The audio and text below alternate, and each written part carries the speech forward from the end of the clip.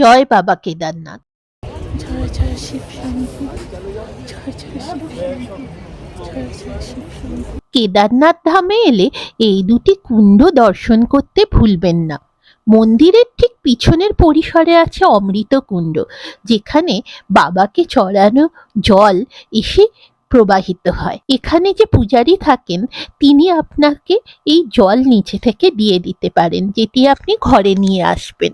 এটি হলো রেতস কুণ্ড, যা কেদারনাথ মন্দির থেকে 500 মিটার আগে অবস্থিত। এখানে বাবা শিবের নাম জপ করলে বুদবুদ দেখা যায়। বম বম ভোলে, বম বম ভোলে, বম বম ভোলে।